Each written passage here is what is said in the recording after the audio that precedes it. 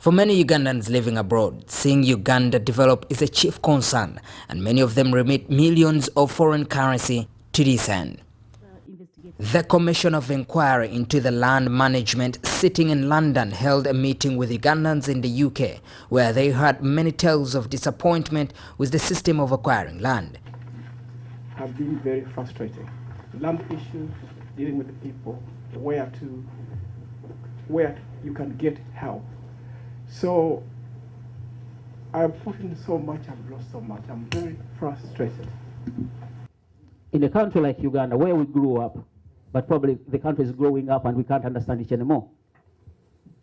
Who is in charge? Because if someone has gone to court and has sued me for something, and the case is thrown out, where's my position? When I did ask some lawyers, they said, you can now go ahead with your structure because they took you to court.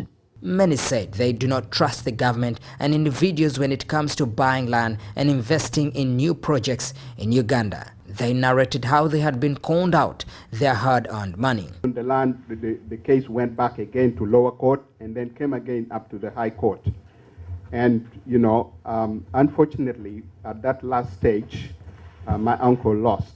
He was working on, he was chosen by his brothers because he was younger and more mobile, to fight on their behalf. Yeah, one of their brothers, of course, went rogue on them, and saw an opportunity to grab land from the rest. No answer, no response, and nothing. Now, I don't want to discourage other people who have got some money to go and lose. But this is what I feel on my side. But people like me, who are Ugandans, want something I didn't even tell you. Others said they have been cheated by officials in the Ministry of Lands. To go to Wakiso, in fact, I told him, who is the buyer? He told me the buyer.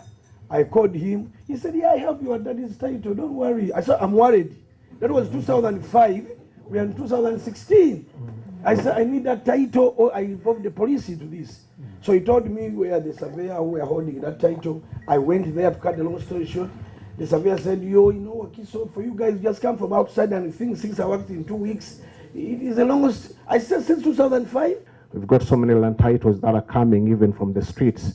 A friend of mine actually had a land title that was forged and fake. We found that wasn't even registered in land's office.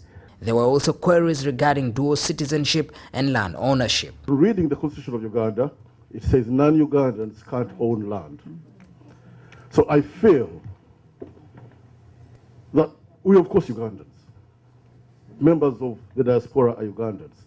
I think within your inquiry, and I don't know how far it can go, there needs to be an address of that issue within the Constitution, which disempowers or disowns Ugandans from within their natural right.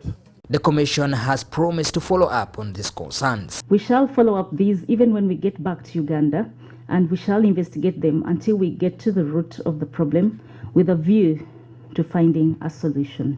You enhance a Ugandan who is living abroad, it's recognized that you are in a vulnerable position, and that state is called disability of non-residence. You cannot easily know what's going on or protect your interests because you are away from the country. So the law requires that we are supposed to lodge a caveat, what they call the commissioner's caveat, to protect that interest. Now, after the session, some of the Ugandans that we spoke to said that they have put their hope now in the new commission, and they have decided that perhaps they'll go back and give it another chance and invest in Uganda. Maurice Ochol, NTV, here in London.